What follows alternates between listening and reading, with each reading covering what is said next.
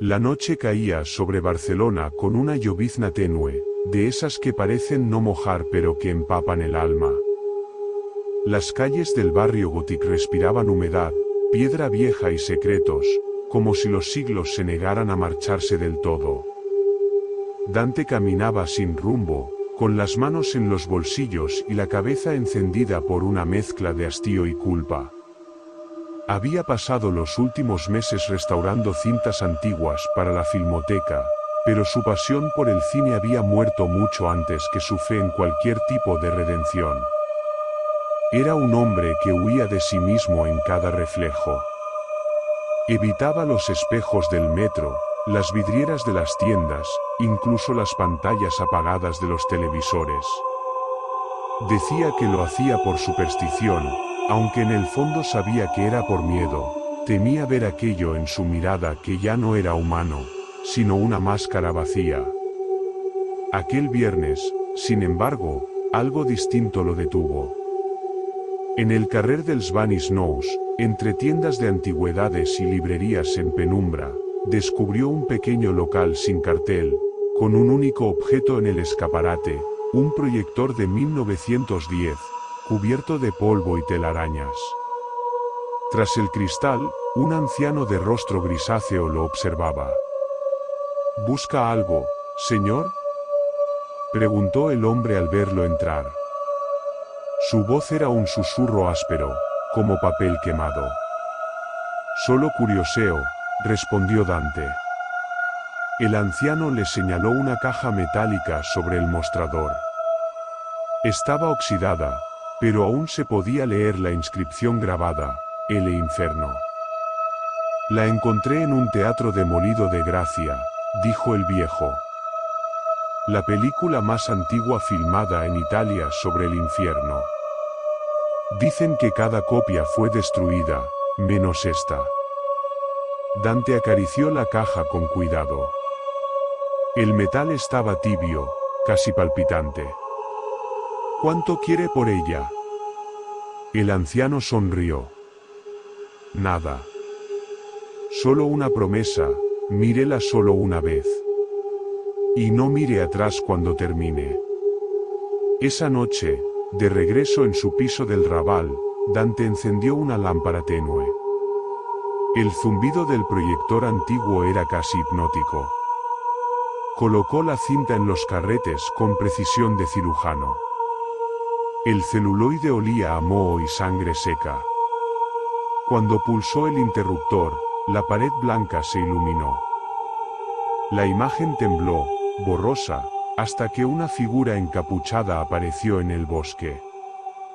Los árboles parecían respirar, moviéndose al ritmo de una brisa que Dante no sentía en la habitación. El parpadeo de la lámpara comenzó a sincronizarse con su pulso. Entonces, la luz se volvió líquida. El aire se torció, y el zumbido del proyector se transformó en un suspiro humano. El apartamento entero se plegó sobre sí mismo, como una hoja arrugada por el fuego. Dante intentó apartarse, pero el suelo se volvió espejo, y su reflejo lo tomó del tobillo con una fuerza imposible. ¿Qué eres?, susurró. Soy aquello que miras cuando crees mirar arte, respondió su propio rostro, emergiendo del reflejo con una sonrisa enferma. Yo soy tu versión que nunca apartó los ojos. Dante cayó, hundiéndose en la superficie del espejo. Ya no había habitación, ni proyector, ni lluvia. Solo un bosque negro y un cielo sin luna. A su alrededor, el aire tenía sabor a hierro y ceniza. Los árboles goteaban sombras, y a lo lejos se escuchaban lamentos apagados, como si el viento trajera voces humanas atrapadas en la madera. Un espejo flotaba frente a él. No tenía marco ni reflejaba su imagen, en su lugar mostraba fragmentos de su vida, su infidelidad, su desidia, su egoísmo silencioso. Cada escena se proyectaba con una crudeza insoportable, sin la piedad del olvido.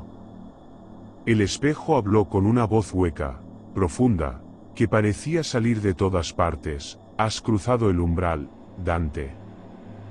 Ya no eres espectador, eres la película.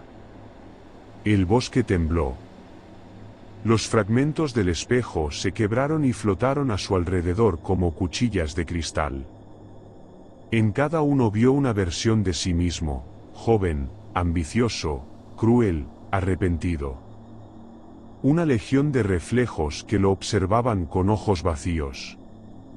Dante retrocedió, pero el suelo se abrió bajo sus pies. Una grieta se extendió como una boca. Desde el abismo, un resplandor rojizo subía, acompañado por un rumor de miles de voces susurrando su nombre.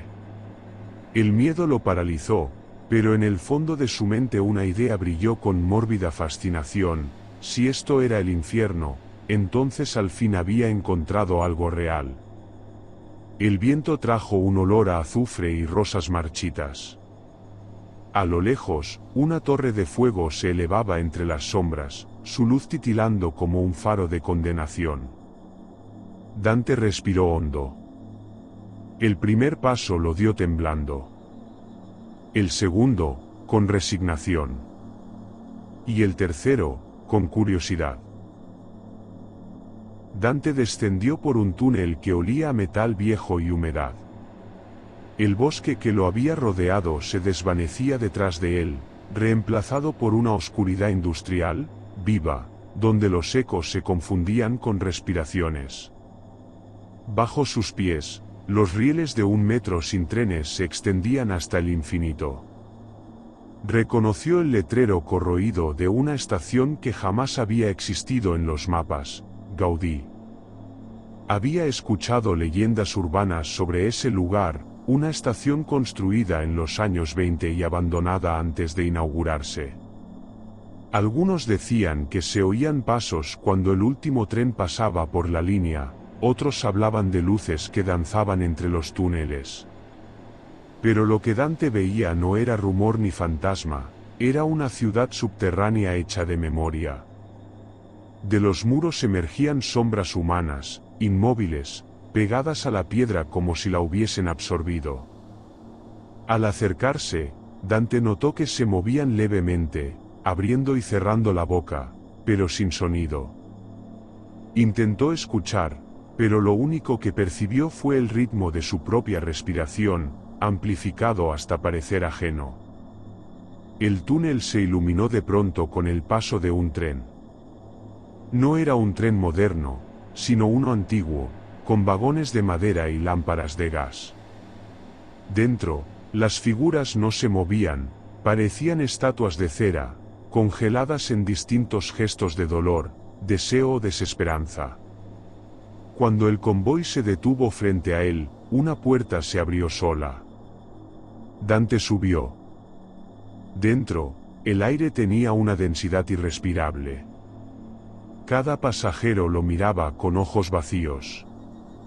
Entre ellos, reconoció un rostro: Laura, la mujer a la que había amado y luego destruido con su indiferencia. Su piel era pálida, y su voz, cuando habló, fue un susurro que vibró más en el pecho de Dante que en el aire. ¿Por qué me dejaste cuando más te necesitaba?, preguntó. Él quiso responder, pero de su boca solo salió polvo. Laura extendió la mano, y su piel se desmoronó como papel. Detrás de ella, otros rostros comenzaron a girarse: un amigo al que traicionó, un hermano al que ignoró durante años, un niño que había atropellado una noche lluviosa y cuya muerte llamó accidente. No es posible, murmuró, retrocediendo. Las luces del vagón titilaron, y los cuerpos comenzaron a moverse lentamente, repitiendo las mismas palabras una y otra vez. No es posible. No es posible.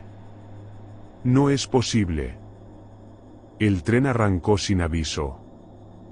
Afuera, el túnel se estiraba, transformándose en una espiral que descendía cada vez más profundo.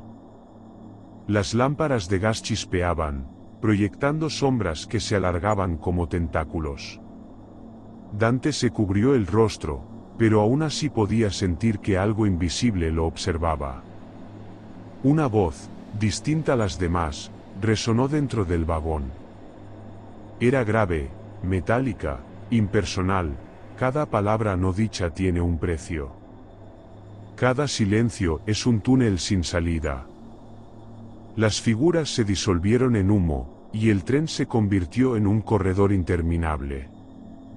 En los muros, nombres escritos con fuego aparecían y desaparecían.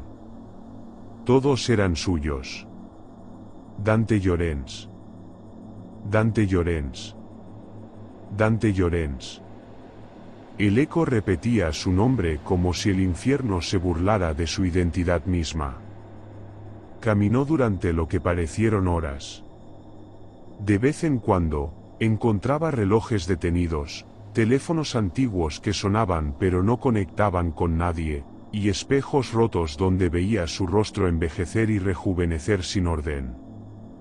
Cada paso lo hundía más en un silencio absoluto, un silencio que no era ausencia de sonido, sino una presencia tangible, el peso de todo lo que había callado.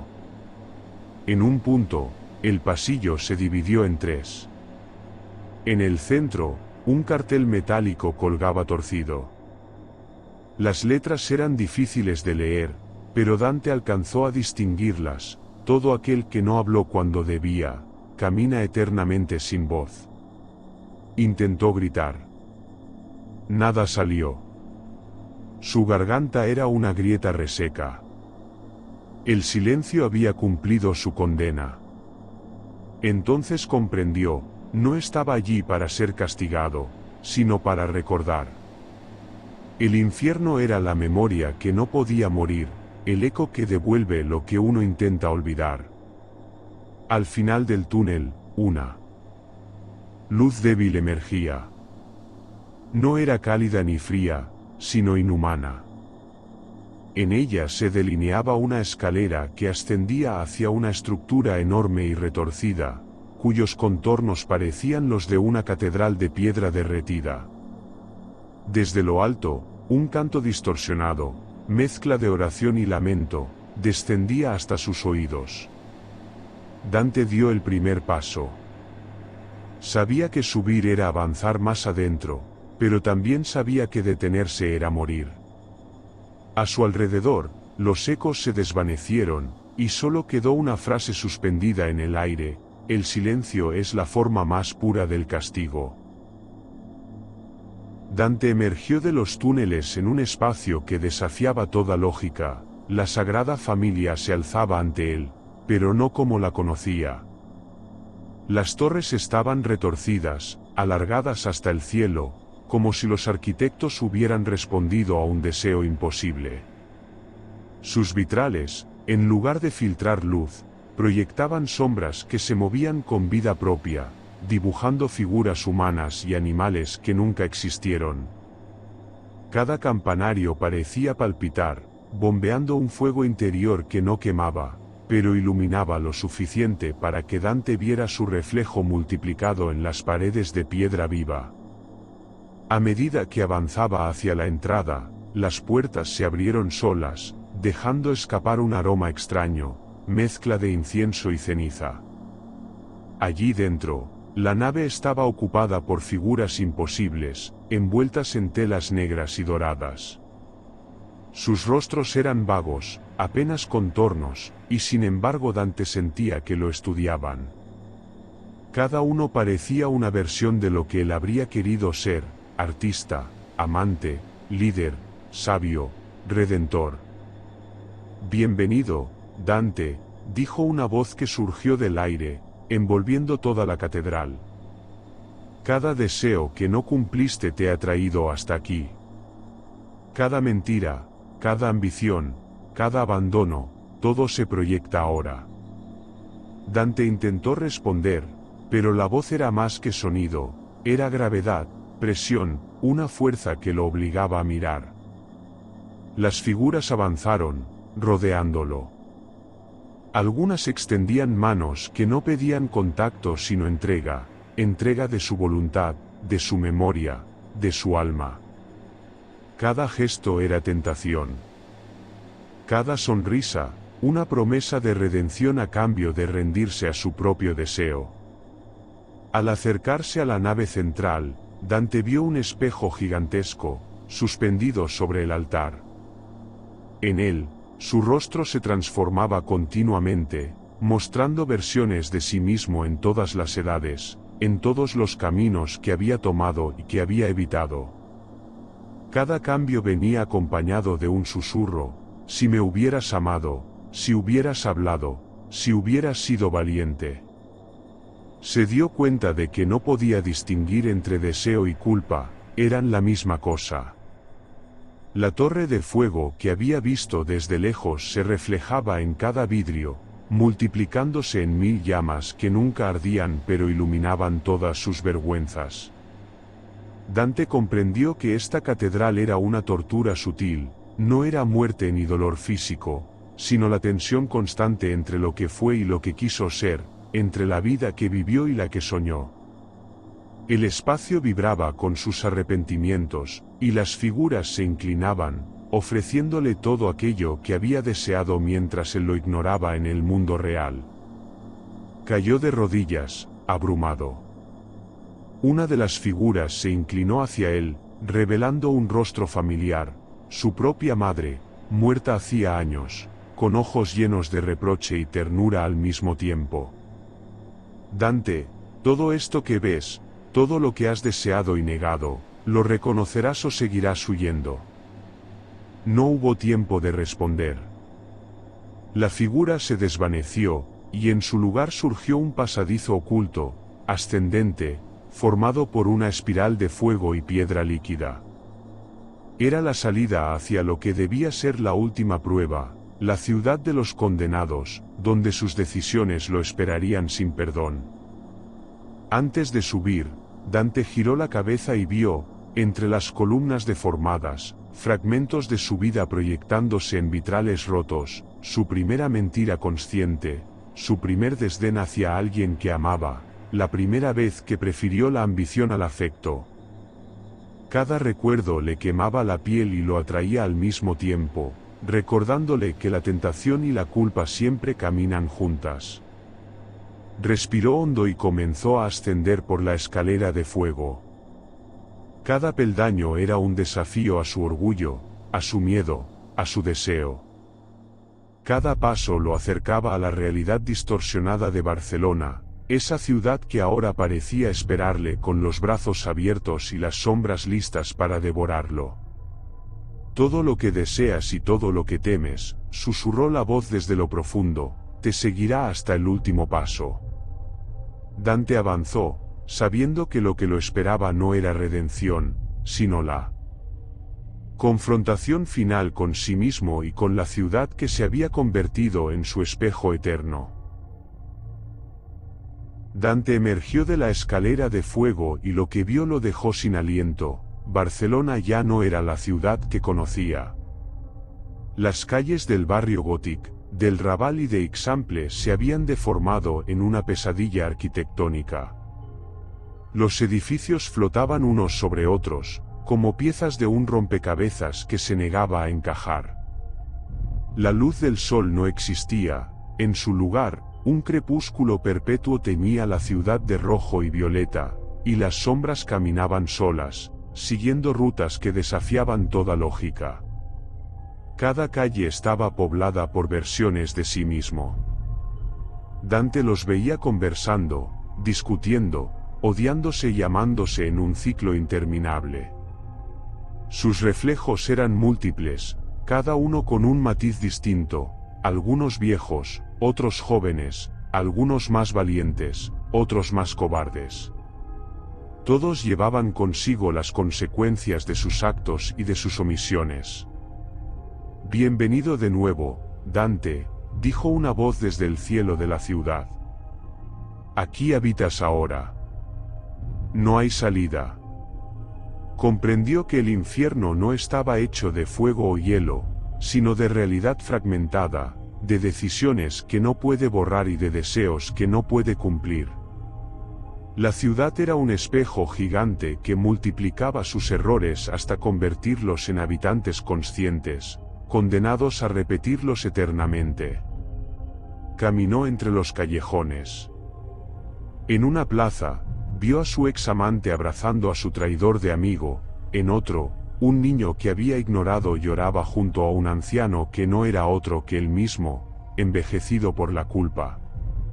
Cada escena lo atravesaba como cuchillos invisibles, recordándole todo lo que había negado y todo lo que había destruido con su indiferencia.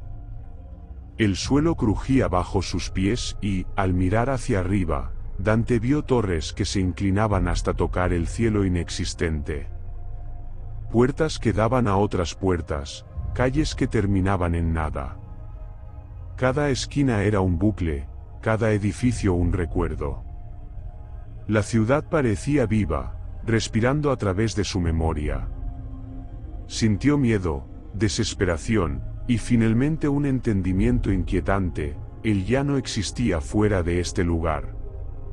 Su apartamento, la filmoteca, las calles de Barcelona, todo había sido absorbido por la proyección que había iniciado con el proyector antiguo. La realidad era solo un fragmento de celuloide, y su vida anterior, una ilusión que la película había devorado. En medio de la plaza central, Dante se detuvo. Una fuente de piedra vertía un líquido oscuro que reflejaba su rostro multiplicado al infinito.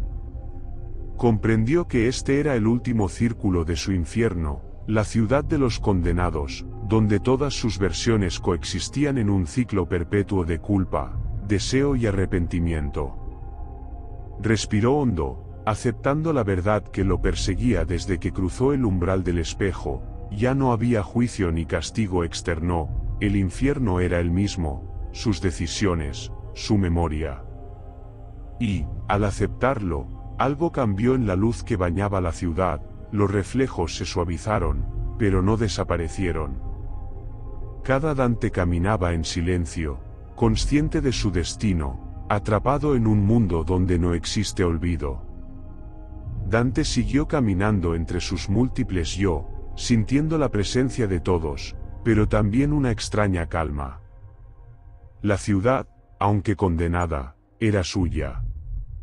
Su infierno no era castigo, era conocimiento absoluto de sí mismo. Ahora lo sé, susurró, mientras avanzaba hacia el horizonte imposible. Ahora sé que no hay escapatoria, y que nunca la hubo. Dante se detuvo en el límite de la ciudad de los condenados. Ante él, los edificios flotaban como fragmentos de un sueño, y los reflejos de sí mismo lo rodeaban en un silencio absoluto.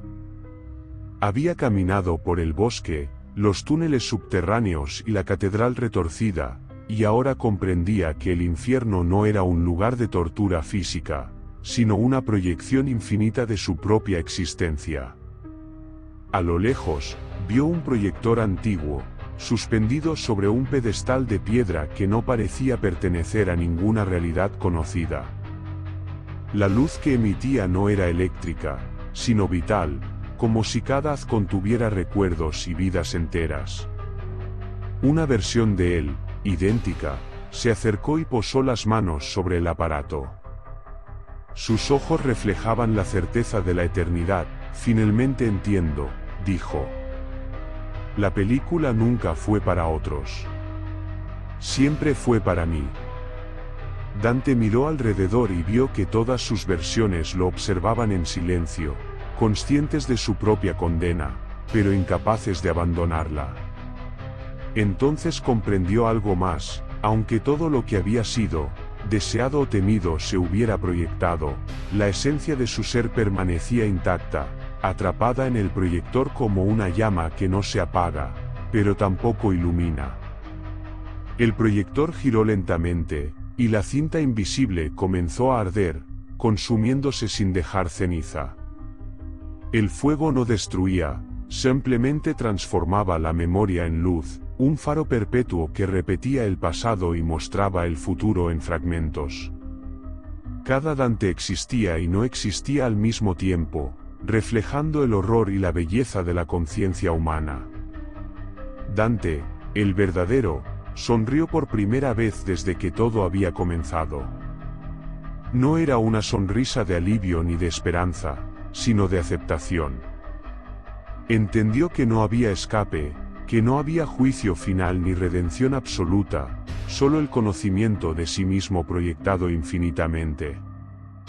La ciudad respiraba, la luz del proyector brillaba, y Dante comprendió que el infierno es eterno porque nosotros mismos lo somos. Con un último suspiro, el hombre desapareció, fundiéndose con la luz que lo contenía. La proyección continuó, girando lentamente en la penumbra, mientras la ciudad de Barcelona flotaba en silencio, atrapada entre la memoria y la sombra, entre el deseo y la culpa. Y así, la llama eterna siguió ardiendo. Fin.